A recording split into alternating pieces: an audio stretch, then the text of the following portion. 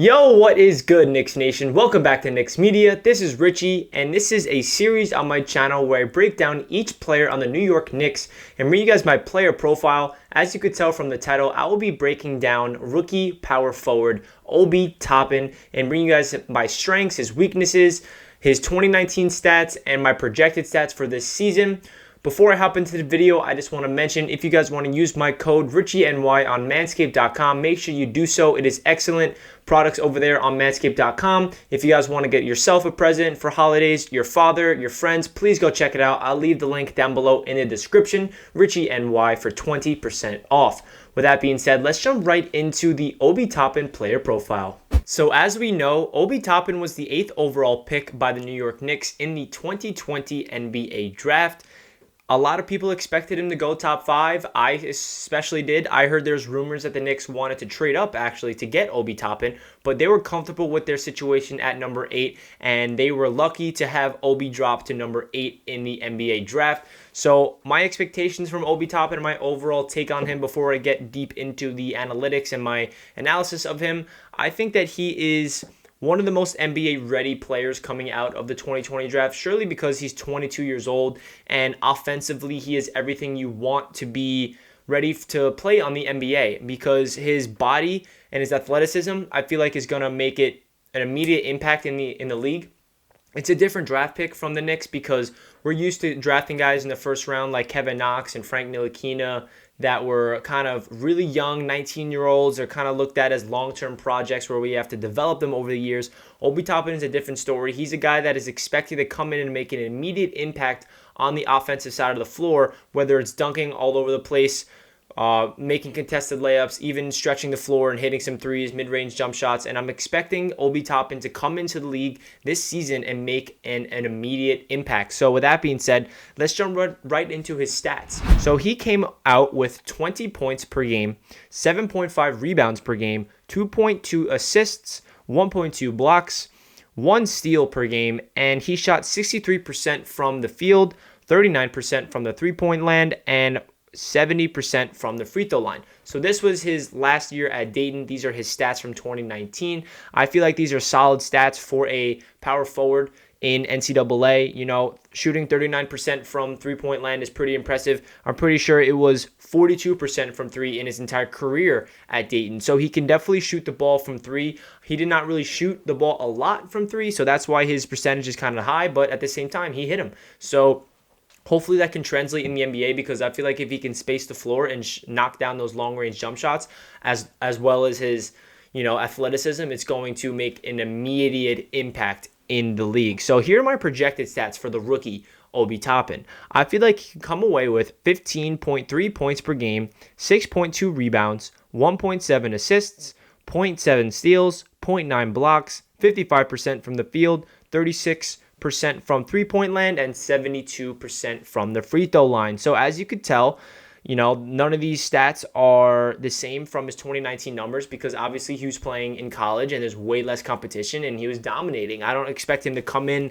and light up the league and average 20 points per game and getting all these rebounds, because he's going to be going up against way bigger players. The game is faster, and his body is not going to be as dominant as it is in the NBA as it was in the NCAA. I feel like the big reason why Obi was so successful over at Dayton was because he was just way bigger than everybody else. He was way more athletic. He could dunk over people. He's a high flyer. He plays above the rim, and he's going to do that in the NBA, but it's not going to be as easy. I do have confidence for him to do that, and it's going to translate well, and I feel like he's going to come in here and make some highlight reel plays, but I don't think right off the bat he's going to just light up the NBA. That's just my opinion. So here are his strengths and weaknesses. Let's get into his weaknesses first. I feel like the biggest weakness for Obi Toppin, as we all know, is his defense. Even Tom Thibodeau said it. Even Obi Toppin admitted it, that his defense needs to be improved. He's NBA ready for his offensive side of things, but defensively he's not. So that's why he's a rookie, and he's going to have to develop his defensive thing. Tom Thibodeau talked to the media the other day, and he talked about Obi Toppin. He was very happy to bring him in, and he said that we are going to put a lot of work into his defense, because that is one aspect to his game that needs to improve. He feels very confident in his offensive arsenal, so that's a good sign. But defense is definitely a big weakness for him, and it's a good thing that we have Nerlens Noel and Mitchell Robinson down low, because whenever Obi's out there, it's going to be either Nerlens or Mitch playing that center position, so hopefully they can, protect the rim. But Obi Toppin definitely needs to improve his defense. Another weakness I have is his post game. I don't think that he has the biggest ability to, back someone down into the paint, knock down post fadeaways, knock down post hooks. He did do it in Dayton. I'm not saying he never did it, but I don't know if that aspect to his game is going to translate well in the NBA right away. I think it's something he can develop over the course of time, over the course of his career, but right away, I don't know if he's going to come in here and hit these crazy post fadeaways, back people down all the way into the paint and just bruise people like he did in the NCAA. Because like I said earlier, he's going up against way bigger men in the NBA. Another weakness I have is his lateral quickness. This kind of goes along with his defense. He kind of, his hips are very stiff. He doesn't really have that fluid motion to him when he's trying to defend someone on the perimeter, and that's a big reason why he's not the best defender in the world.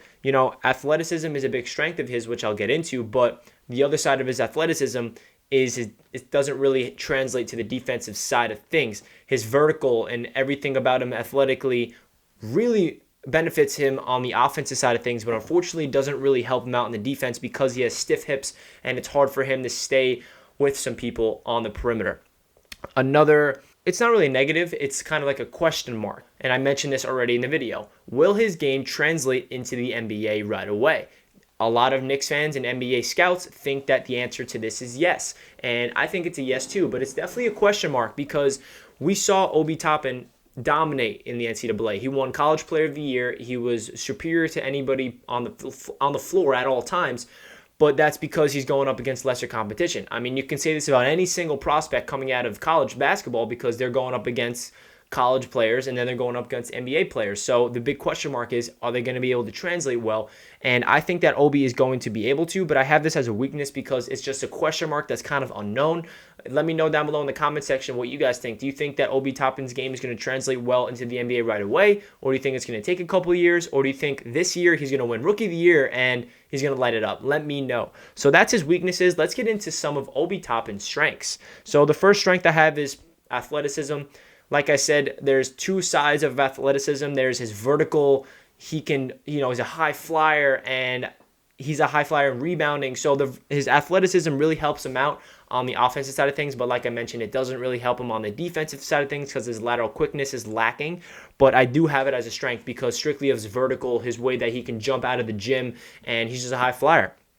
Another strength which comes along with athleticism is dunking. He has the ability to go up there and posterize any player in the paint whenever he wants to. He can just dunk on you. He can do these crazy, he had a in-between legs dunk in the middle of a game at Dayton. He's just a highlight reel. He's potential slam dunk competitor. He could be in the slam dunk contest this year. Who knows? But he's just a very athletic dunking power forward who's going to be creating these crazy highlight reels, and Knicks fans are going to love it. It's unfortunate that the Garden is not going to be packed this year because when Obi Toppin posterizes someone or has a crazy windmill dunk, the Garden will be buzzing. And it sucks that we're not going to be able there to see it, but it's COVID. So crazy year, 2021. Hopefully it's a little better. Am I right? Another strength I have is finishing at the rim. This goes along with dunking, but at the same time, he can absorb contact and finish contested layups, which is a good thing. He can finish those and ones. When he goes up to the rim and there's a big guy in his way, he does have the ability to absorb the contact and finish at the rim strong.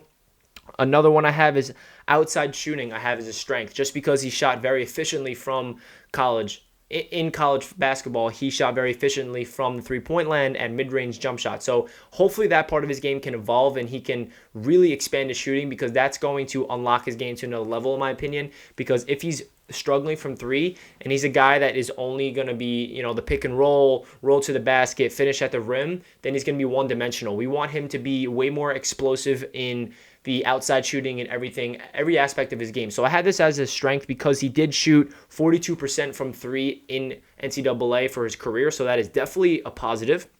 Another thing I have is rebounding.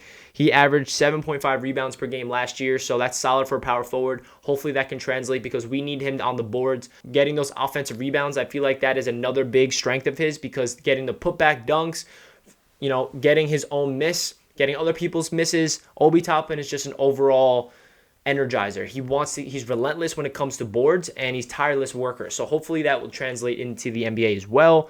Another strength which goes along with his athleticism is his leaping ability, his vertical. Everything about Obi Toppin, when you watch his highlights, he's jumping out of the gym. He's just a high flyer, and that is really good for dunking, and that's really good for rebounding. And the last strength I have is his alley-oops. So we see Lob City with Mitchell Robinson. I feel like we're going to see the same thing with Obi Toppin. When they're both on the floor, they're both Lob City threats. We're going to see RJ Barrett throw it up to both of them all the time. Frank Ntilikina, Dennis Smith, Elfrid Payton, all these playmakers are definitely going to be throwing up the lob to Obi Toppin. So those are my strengths and my weaknesses, my projected stats, and all that good stuff for Obi Toppin. That does it for this video. Let me know down below your thoughts of Obi Toppin. I'm really curious to see what you guys expect. Do you guys think he's going to win Rookie of the Year? I know a lot of Knicks fans hope so, but me personally, I do not think Obi's going to win Rookie of the Year just because we have Julius Randle on the roster, and I feel like Julius is going to take a lot of his minutes away, but Obi will be getting a lot of minutes.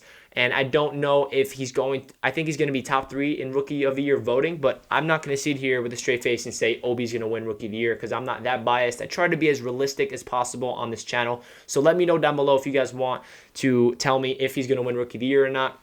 And like the video if you enjoyed. You guys have been showing so much support on Knicks Media in the last couple of weeks. And I want to thank you guys so much for this.